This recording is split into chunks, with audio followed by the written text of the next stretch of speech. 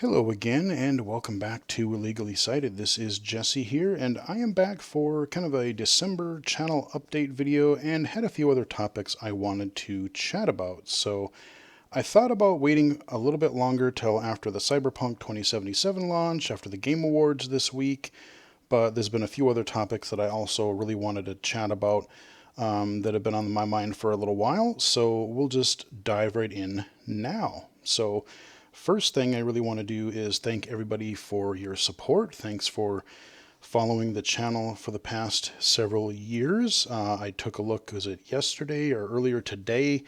And it looks like we just reached over 2,500 subscribers on the YouTube channel, which is great. It is still slowly but surely growing. People are checking out the videos and liking the videos and leaving comments and questions, and I do try to read as many of them and reply to as many of them as I can. So I appreciate the views and support and comments and stuff like that. Thank you also for everyone who has been following me on Mixer and more recently Twitch for my streaming and following me on Twitter. We'll talk a little bit more about that stuff in a little bit because that is one of the main topics I do want to chat about a little bit here today. But yeah, the channel, for anyone new, I do unlock videos every Monday, Wednesday, and Saturday. Mondays are your stream archives. I still have a few Mixer archives that we did earlier this year, and those will be coming out over the next several weeks.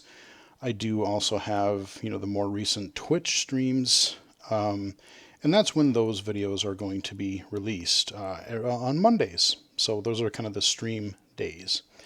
Wednesday and Saturday are your typical YouTube videos, and those could be any number of things: low vision spotlights, accessible audio games, voiceover accessible games, VR content, hardware reviews. All these different things are also divided into playlists, so you can easily find something that you are looking for that is on the channel. So Monday, Wednesday, and Saturdays. Quick little update on Twitch. You may have noticed, if you do follow me on Twitch, twitch.tv/illegally-cited, I have not streamed the last couple of weekends. Usually I have been trying to stream either on Fridays or Saturdays typically. I'm not a streamer who streams every day or every other day. It's kind of a weekend thing, just kind of a friendly way to hang out with people and play some games and chat with people and stuff like that. But the last couple of weeks, I don't know, I just really haven't been just super into, I've just really kind of wanted to take a little bit of a break. I haven't really been in as much of a mood to, basically play video games in public, or just, have to play them live. I have played a few games here and there on my own, but when I do play them, I just kind of wanted to kick back and, play them by myself and enjoy them off camera or offline, Actually, over Thanksgiving weekend, I largely took a break from not the internet, but especially social media. I really didn't go onto YouTube much. I did not check Twitter pretty much all weekend other than to post my Saturday video. I really just kind of wanted a break from all the social media and some of the arguing and drama and all that kind of stuff that I've been seeing going on lately. Talk a little bit about some of that later, but just kind of wanted a break, and so I did. And this last weekend, thought about streaming, but there was just nothing that really called or jumped out at me that said, hey, I should really stream this. So, I know in the last month or two, I've also talked about maybe taking a hiatus from streaming for a little while, or maybe not streaming as much on a regular basis for the near future. And I'm still kind of weighing that option. Because there's a few things, a couple other things that have popped up as well since, where I'm like, yeah, you know what, maybe I will just take a break. I'm not going to stop it altogether. I think, if there's something really cool, or I'm just like, hey, you know what, yeah, let's hang out and see if anyone joins and let's play some games. I still might stream some, but I find myself really liking to doing the YouTube stuff. I'm still really enjoying that, but the streaming, I don't know. It really hasn't been. I haven't been quite as into it as much lately. But again, I do want to thank everybody who has been following the streams. We've had a couple regulars, again from the beginning. Thank you to Riley. She's been supporting me pretty much since the beginning of that whole of trying the streaming thing. Kind of disappeared as of lately, but haven't seen you around for a while. But thank you to her for that and everything else. Carl Grantham, he's been a pretty good steady supporter. Haven't seen him in a while either. Where are you, buddy? But lately, we've had a couple other streamers or a couple other people coming in pretty regularly. Big Boss, again, shout out to you. Thank you for coming by. And again, I'm not giving up, so definitely keep following me here. And you never know, I'm still gonna probably stream from time to time, but I am kind of thinking about taking more of a little bit of a hiatus on the streaming thing for now. So that's kind of where we are on the videos for the channel and for streaming. Lots of stuff coming up on the YouTube channel. I've got tons of stuff already recorded, a few more things I want to record. We do have the Game Awards coming out later this week. We have Cyberpunk 2077 hopefully coming out later this week. No last minute delays. I've been very excited to see what that game is going to be like. So definitely look forward to some content on that. You never know. Maybe, if things go well, maybe I might even do a stream for Cyberpunk or something here in the next week or two as well. But I've also toyed with the idea of co-streaming or re-streaming the Game Awards that are happening this Thursday. Jeff Keighley's Game Awards. I talked about that in last month's video because they, this is a thing where you have your year-end Game Awards. There's a lot of announcements typically showing off there, new trailers, new game announcements.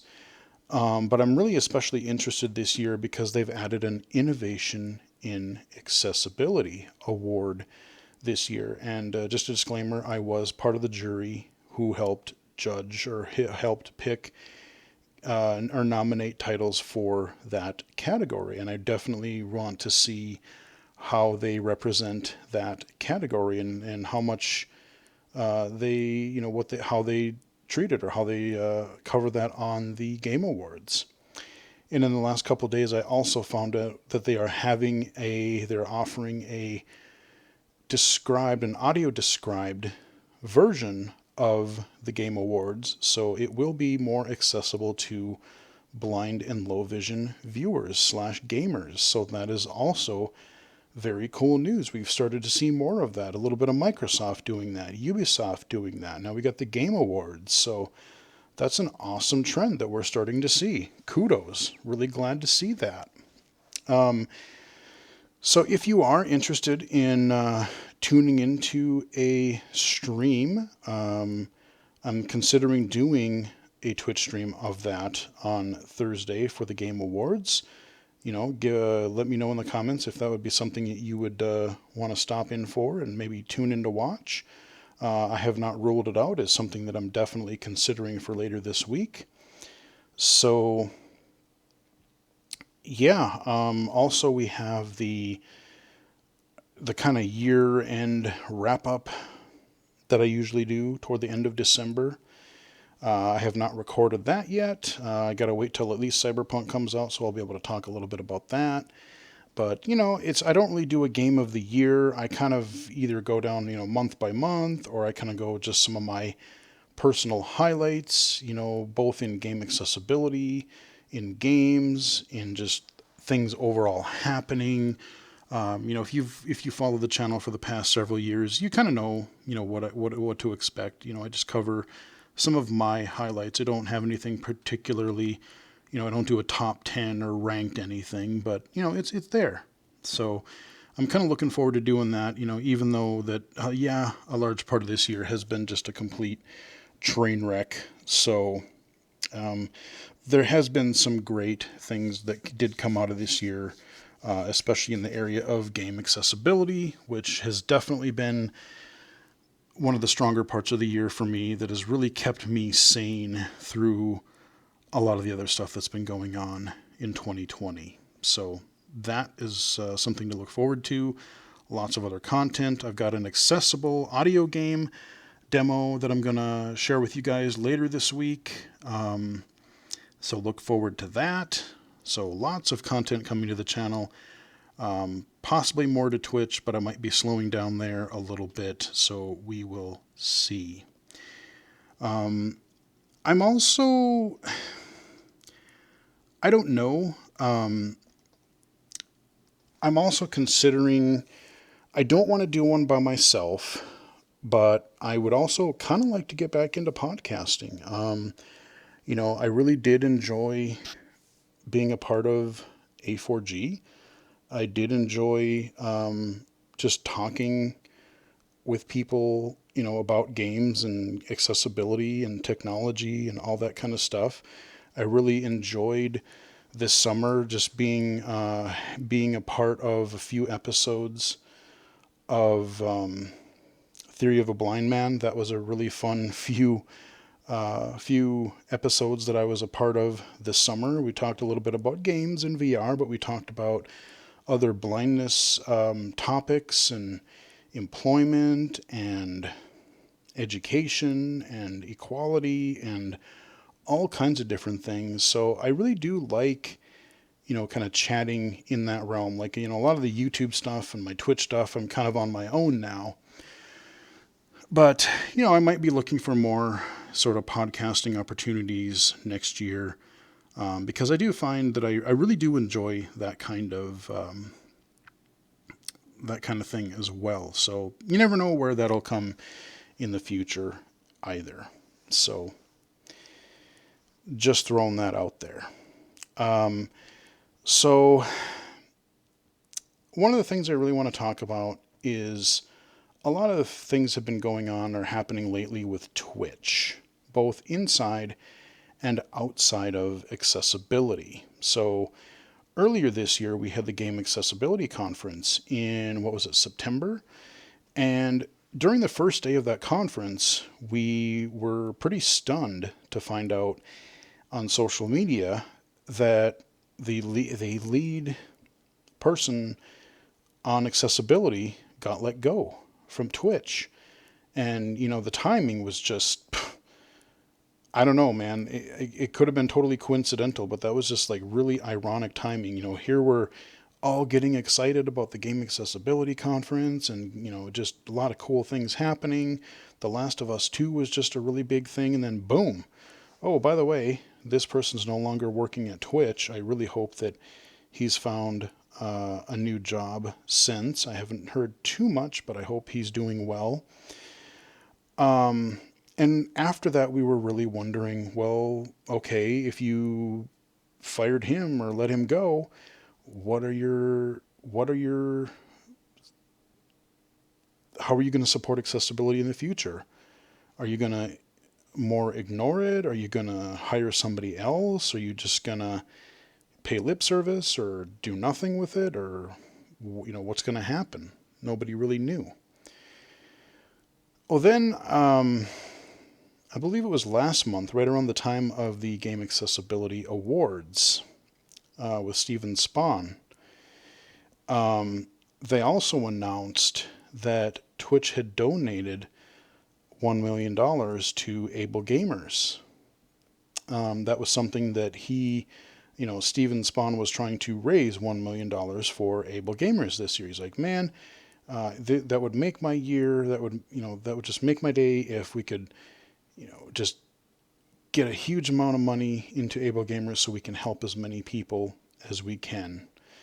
And they did. They put $1 million toward Able Gamers, which was great. I'm really happy for them. But then people were also wondering, well, okay, that's cool, but okay, you got rid of your accessibility lead. Then you go around and donate $1 million to able gamers. Like, boy, what are you doing here? Are you just trying to make yourself look good by donating a bunch of money to a disability organization? What are you doing internally? Are you still going to maintain and improve accessibility for the Twitch service, the app, the website, your hiring practices, your staffing? What's all that going to be? Well, then we got some more interesting news a few days ago. I forget exactly when, but then there's this whole other kind of, I guess people would call it controversy or drama, because I've heard both people inside and outside the accessibility community talking about it. Literally right before recording this video, I saw some other YouTube channel that I follow, him talking about it, and he has nothing to do with accessibility, but he's just a tech channel that I follow. And yeah, everyone seems to be talking about it. So apparently, once Twitch introduced their tags, like YouTube and Twitter and everything nowadays has these tags. You can tag your streams with different types of things. And one of the tags that they had was like a blind playthrough or blind walkthrough, blind whatever. And apparently Twitch had decided to get rid of that blind tag because it was using ableist language. Ableist language. They didn't. That could be offensive to the blind and visually impaired community. And I've seen people for it, and I've seen some people go, really? You're going to make a fuss out of that? You're making such a big deal out of that? I've seen both sides. Now, for me, I'm kind of in the middle somewhere. Like, am I offended by having the blind playthrough tag? No, I'm not offended. I am legally blind. I am visually impaired. I jokingly call myself illegally sighted, Am I offended by it? No. I mean, and what this tag is supposed to imply, what it is supposed to represent is that, somebody is, let's say they just bought a game, they've never played it before. This is their first time playing the game, let alone on a stream. And they really are saying that because they don't want people in the chat posting any spoilers for the game. Especially if it's a story-based game, they don't want to be spoiled in the story or possible, game mechanics or unlocks. That's why they tag it that way. It's kind of like, and I know a lot of words have multiple meanings. Blind, you use it like a common term is blind date. It's just like flight. Yeah, flight means that you fly. You're flying with wings or in an airplane. But a flight also is like a really long journey that you can take. A long flight. Flight to Egypt or a flight to, whatever. Like you're taking some long journey. So, I understand that words have more than one meaning. Am I offended by the blind thing? No, I'm not really at all. Like, do I really care? Not particularly. Like, I don't get, I'm not going to go out of my way and I'm not going to use offensive words. I'm not going to use derogatory terms or slang against, whether it's people with disabilities or gender or race or, I'm not going to use that type of language. But, especially I'm not going to try to use something that is like really highly offensive to people. But I think we've gone like a little bit too far. Like you really, it's hard to know what you can and can't say anymore. I the reason I'm sort of in the middle of it is because I do kind of like them changing what they recommend now is saying, instead of saying blind playthrough, say first playthrough, initial playthrough, or, fresh playthrough, whatever, because you're saying, hey, this is the first time, your initial time. And that makes sense to me as well because there's no ambiguity. Does it mean, oh, this is your first time, or does it mean that you are a blind person playing this game? And as game accessibility is taking off more and more games are becoming accessible and playable for blind gamers, maybe that is something that I specifically do want to search for. I want to find more YouTube channels. I want to find more Twitch streams that are actually blind or visually impaired gamers. And that is something, doing the work that I do, that is something that I would absolutely be interested in learning. Like I will actually do searches for things on YouTube, let's say, or maybe Twitch, and I will put blind. And I do get a lot of those results saying, oh, this is a blind walkthrough, a blind playthrough. But all it means it was that, oh, it was somebody's first time playing the game. Well, that's fine, but based on what I'm searching for, I'm not able to find as easily the topic that I am actually looking for. So for me, it's more of an ambiguity thing. I think it helps clear up, like, if I'm looking for blind content creators, this makes it a lot easier to find that. But am I offended by someone else using the term blind playthrough? No, not really.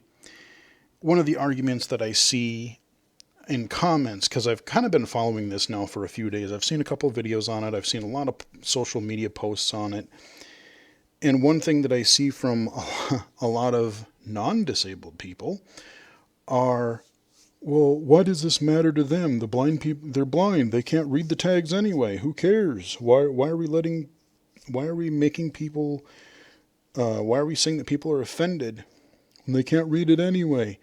Again, there's your kind of, that part is, ableist in the part of saying like, oh, well, blind people don't use computers. They don't play games. So why should we care? Well, actually, yes, there are a lot of blind and low vision gamers out there. And yes, we do use social media. We do use Twitter and Facebook and YouTube and Twitch. And we use computers and phones and tablets, consoles, all that kind of stuff. There's text to speech, screen readers, there's magnification, all that kind of stuff that we can use to make that content actually readable and accessible. So yes, we can actually use those tags, contrary to the popular belief that a lot of people still seem to have. So yeah, that part is frustrating. And then I hear, people taking it more to the other extreme. They can't, well, can you say, you can't say speed run because that might offend somebody who is slower, or even the word Twitch. Well, Twitch had better change their name because that's offensive to people who may be epileptic. I guess I never even thought of that, but it's just like, I know what Twitch is trying to imply. Like Twitch, you're a Twitch gamer. Like there's games where you have to have, like if you're really competitive in let's say a first person shooter, Doom, Quake, Call of Duty, you have to be, just Twitch reflexes, just fast reflexes. And that's where the whole Twitch thing kind of came from. But yeah, they're like, well, Twitch better change its name then because that might be offensive to people with epilepsy. Or trying to remember the other term that they used. There was another term, like you can't use that because it might be, oh, you can't use walkthrough because that would offend someone in a wheelchair. You're not walking through the game, you have to roll through the game. Or, they're taking it so literally. Like, oh, if we start here, if we limit and we get rid of the blindness tag, the blind tag, well, then we can't use walkthrough. We can't use Twitch. We can't use, like, when is it going to stop? That's what people say. And I know they're just blowing things out of proportion. Um, but I did make a post on Twitter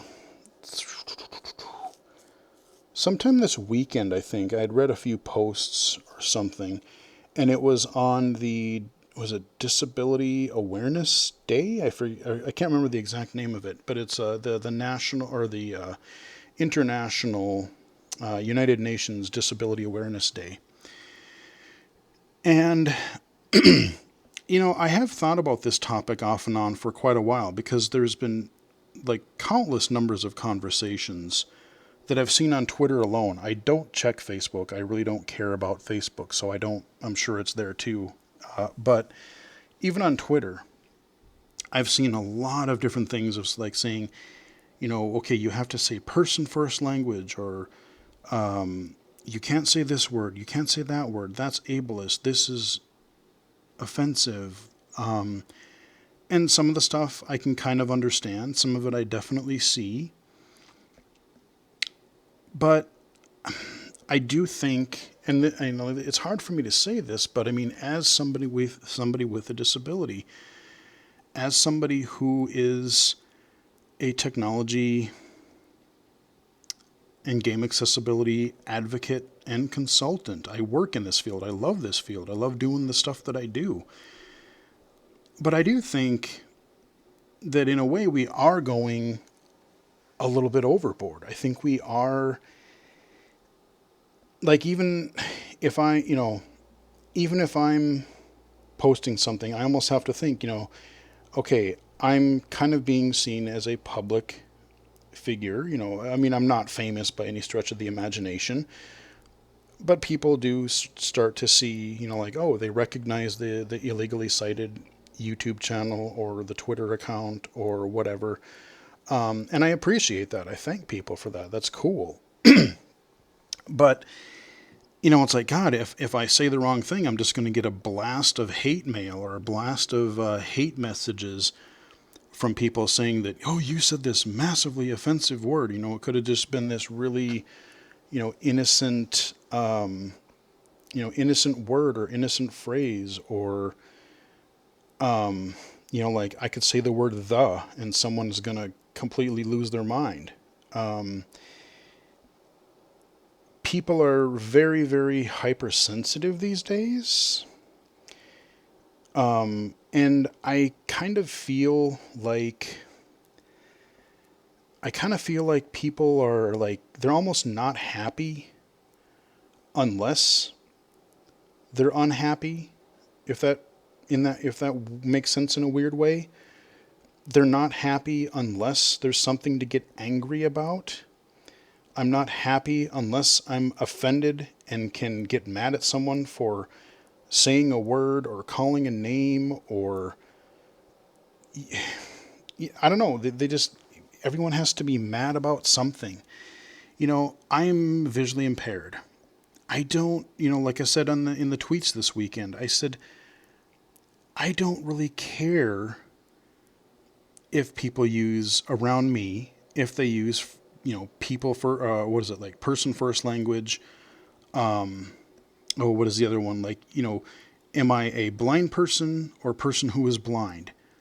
I don't really care. I mean, visually impaired or, blind person is a lot shorter to say or to type. It's quicker.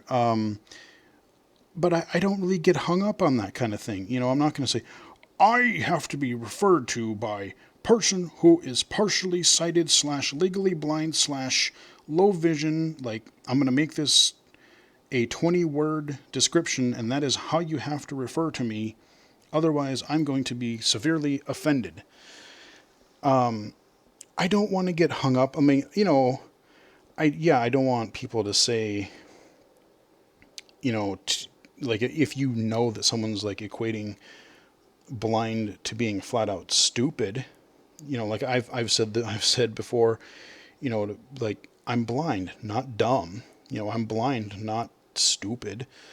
People like, I am going to talk really slow to you. I am going to talk really loud and slow to you because then you can understand me because you are blind. No. That there's a difference between that and just, to me it's kind of an innocent thing of like rather than rather than worrying about and getting offended over every little word, I would much rather focus on how people are actually treated, you know, people's actions. I mean, like I said, I'm not going to go around and use hate speech.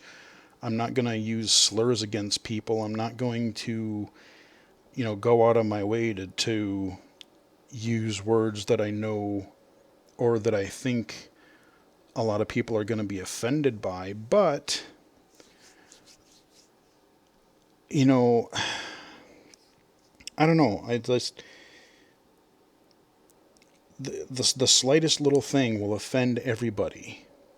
And it's like, yeah, what can I say without actively offending anybody?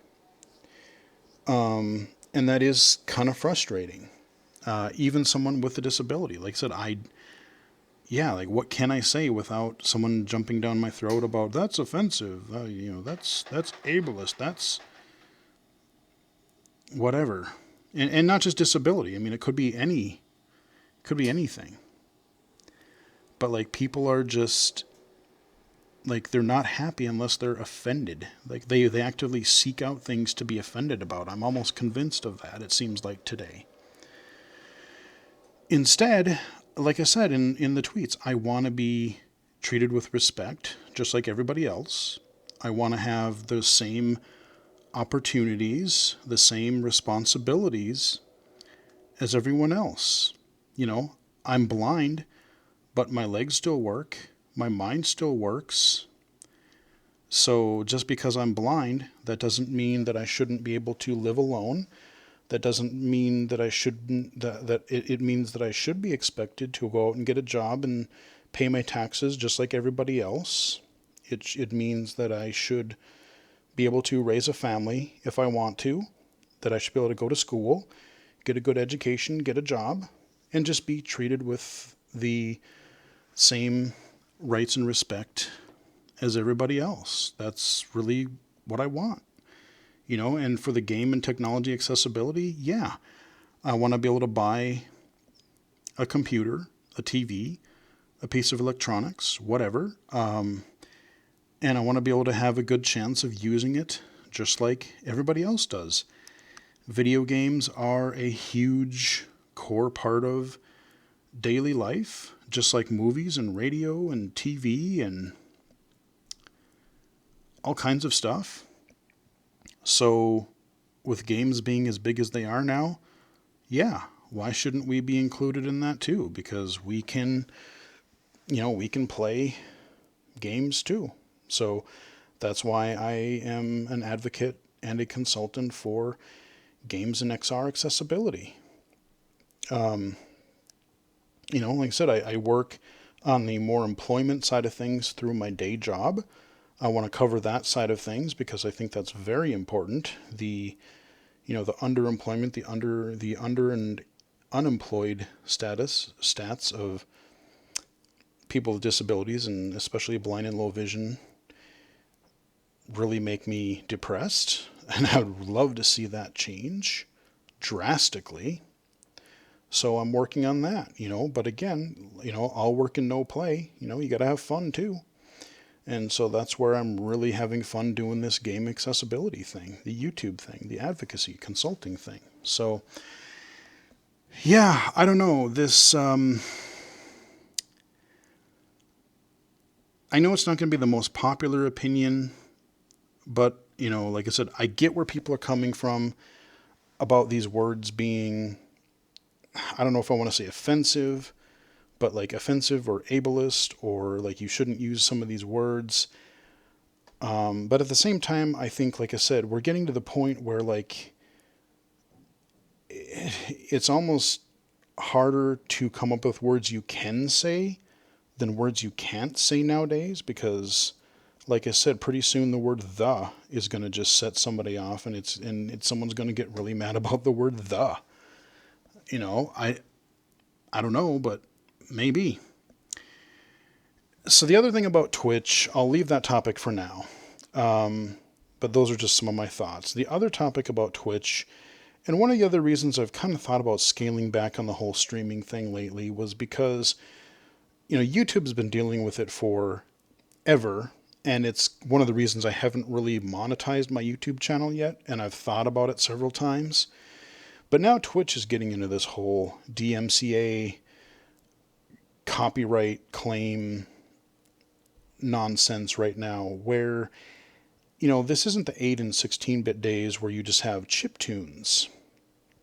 A lot of games use licensed music, whether it's something created especially for the game, or whether it is just actual licensed music that is put into context of a game. A lot of your open world games have radio stations, and you can listen to rock, rap, country, classical, whatever. You have games that are based around music: Guitar Hero, Rock Band, Sequence Storm, Spin Rhythm.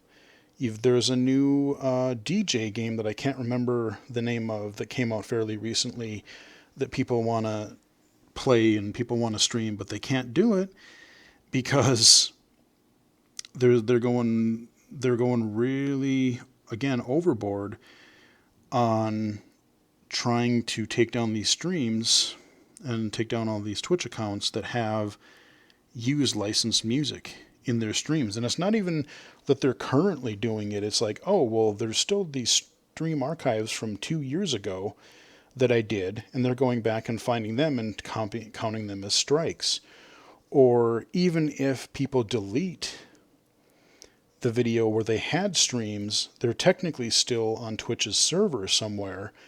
And so even people are getting in trouble for videos that they did, or streams that they did, but that they actually deleted from their account, but it's still hiding out on Twitch servers somewhere. So they're still getting in trouble for content that is technically really no longer publicly available. This stuff was really just starting to pick up really bad this summer. Like, I remember around the time that Tony Hawk Pro Skater 1 and 2 Remastered came out, and I really wanted to stream the game. I think one of the videos I did either turn the music way, way, way down, or I turned it off. And then one other stream, I said, you know what, I don't even care, screw it. I'm just going to stream it, and if it has to go down, whatever, I'll delete it. But, again, yes, the gameplay is awesome in the Tony Hawk games, and that's what I love most about it. But I'd be lying if I didn't say that the music, the soundtrack, didn't have a good deal to do with why I liked those games. I'm skating around these open big levels, and I'm jamming to all kinds of interesting music. I actually discovered a lot of music through those first few games that I would play back in the day. Not to mention some of my favorites that I heard in the game that I already knew. So, even with the new consoles and the new video cards that just came out, like, everyone's all buzzing about the graphics. Oh, the pretty colors, the ray tracing, the everything. Yeah, that stuff is cool. But I would argue that a good soundtrack and a good audio mix is just as important for the immersion and setting of the mood as the visuals, and people just generally overlook it and go, nah, audio, whatever. And a lot of this, again, is the, audio recording industry. They're kind of in trouble. They have been in trouble for a long time, and they're just trying to find any way that they can to make money and stay relevant. They can't go after Napster anymore. They can't, that really doesn't exist anymore. People aren't buying albums as much anymore because they can stream their songs. They can stream albums. They can buy a track for 99 cents. I get it that things are changing. But again, like I said, the soundtrack in the game, and a lot of times you don't know if you're streaming a game. Like if I'm playing a game, let's say it's an action game or a shooter or an open world game is pretty safe to assume there's going to be licensed songs. But let's say I'm just playing a licensed game. Let's say I'm playing Life is Strange, or let's say I'm just playing some kind of game like that. I don't know if and when there's going to be licensed music. There could be ambient music that's just created to set the mood for the soundtrack for the scene, but then for a key scene, oh, they're going to play this licensed song they got because it really ties into the mood or the theme of the game. I don't know that that's going to happen. And, maybe I can play the in-game score, but I can't play the licensed music. So what, I have to hurry up and pause the game and mute the soundtrack for that section. Well, what if that's a cutscene, and if I hit start, that skips the cutscene? Well, then I miss the cutscene, and I got to figure out a way to go. I mean, it's just messy all the way around. Game publishers or game developers, they are usually, with few exceptions, they're generally pretty good. They want people to stream their game. They actually recognize that, okay, some people who watch these streams or YouTube videos, they may not end up buying the game, but a large amount of people who watch these will go buy it because they think, oh, that looks interesting. I think that I should play that. I mean, speaking from firsthand experience, it definitely works for me. I can't tell you how many games I learned about through Giant Bomb or through a couple of these first-person shooter channels that I watch, like Civ11, G-Man Lives. They cover a lot of those first-person shooter games that I love, especially the classic retro ones. I've found tons of games through just watching either a playthrough or a video or something. I'm like, I want to play that myself. That looks fun. So, they know that it's a win. They get public, the viewers or the streamers and the video makers, they get their audience. But then the games, they get more sales because people get interested in their games. But it's largely this copyrighted music thing that's becoming the biggest issue. And I really do think that both YouTube and Twitch and Facebook gaming and whatever platforms are out there now that are kind of focusing on this game streaming thing, it's a big enough market now. If it weren't for the people streaming, they wouldn't have a business. That's what these people are building their businesses on, is the people that make them the ad money. And I think they really got to do a better job of supporting their creators. Even YouTube, I've heard so many people say they get a copyright strike or a claim, and maybe they're able to challenge it and maybe they'll get it overturned, but a lot of time they don't even hear back or they get it denied. It's heavily in favor, it seems, of the the music industry. And I get it. If you are an artist, if you are a creator, you would like to be compensated for your work. It takes work to create a song, an album. I get that, but you get paid your licensing through the game, and sure, Twitch and YouTube should maybe pay a percentage or a certain fee. Like, hey, these games have, there's licensed music from these major record companies, let's say.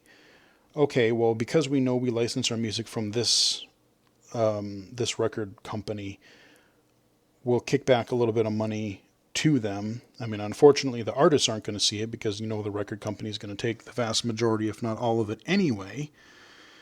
That's a whole other topic in itself. But I mean, at least, yeah, the platform holders, Twitch, YouTube, could compensate them, if they knew what record companies these games used for their licensed content, there could be some sort of agreement with them. I don't know how that would look or how that would work, but sure, they could work something like that out.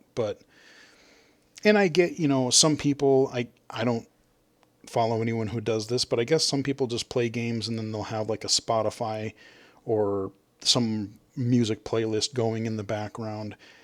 That I think is a little bit more iffy, because then you're just like, oh yeah, I'm just playing straight up music in the background. But to me, if you're playing a game and the music, the song is actually part of that game, they licensed that music for a reason, because it sets the mood, because it's, ties into the story, because it sets the atmosphere. They didn't license the music because they just wanted to pay a bunch of money to license the music.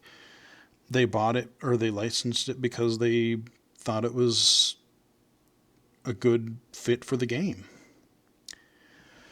So just, there's a lot of stuff going on where I'm just like, I'm not quite as enthused about streaming as much as I was.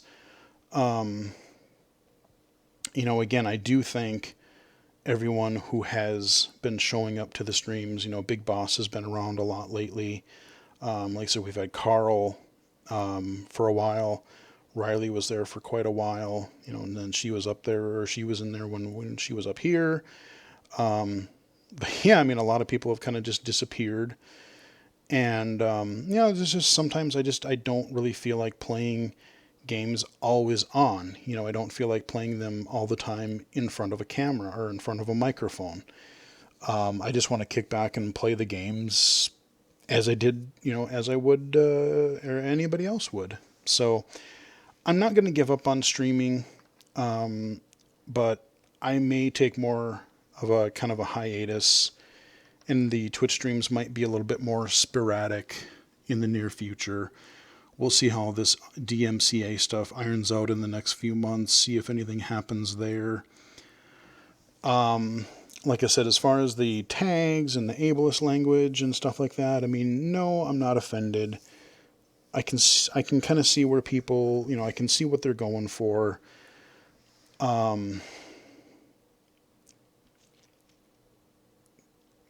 But I don't know. Like I said, I'm all for getting rid of offensive language, but like I said, it seems like every word is offensive nowadays.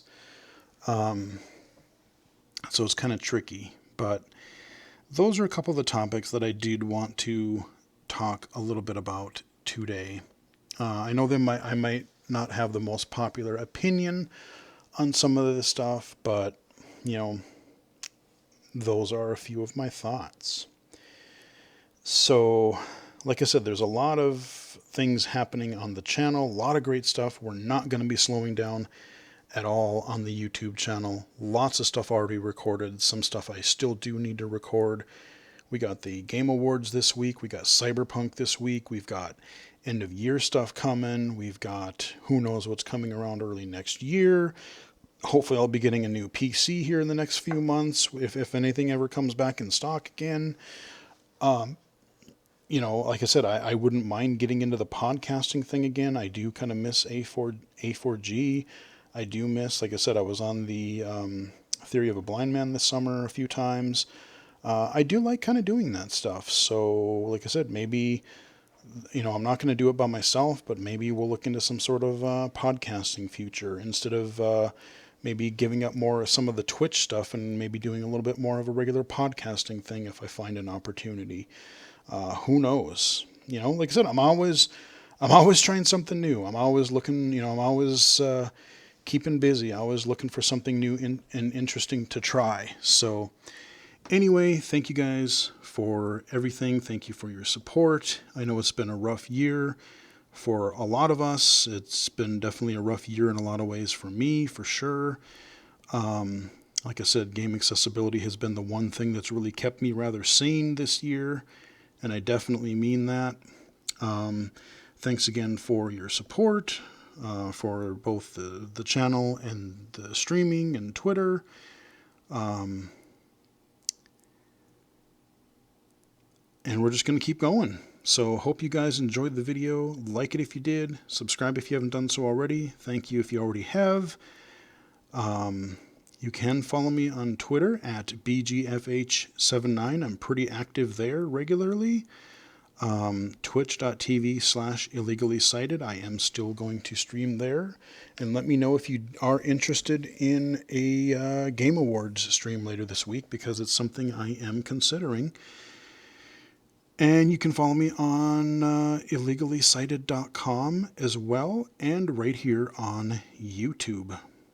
So until next time, I will chat with you guys again later. Stay safe, guys.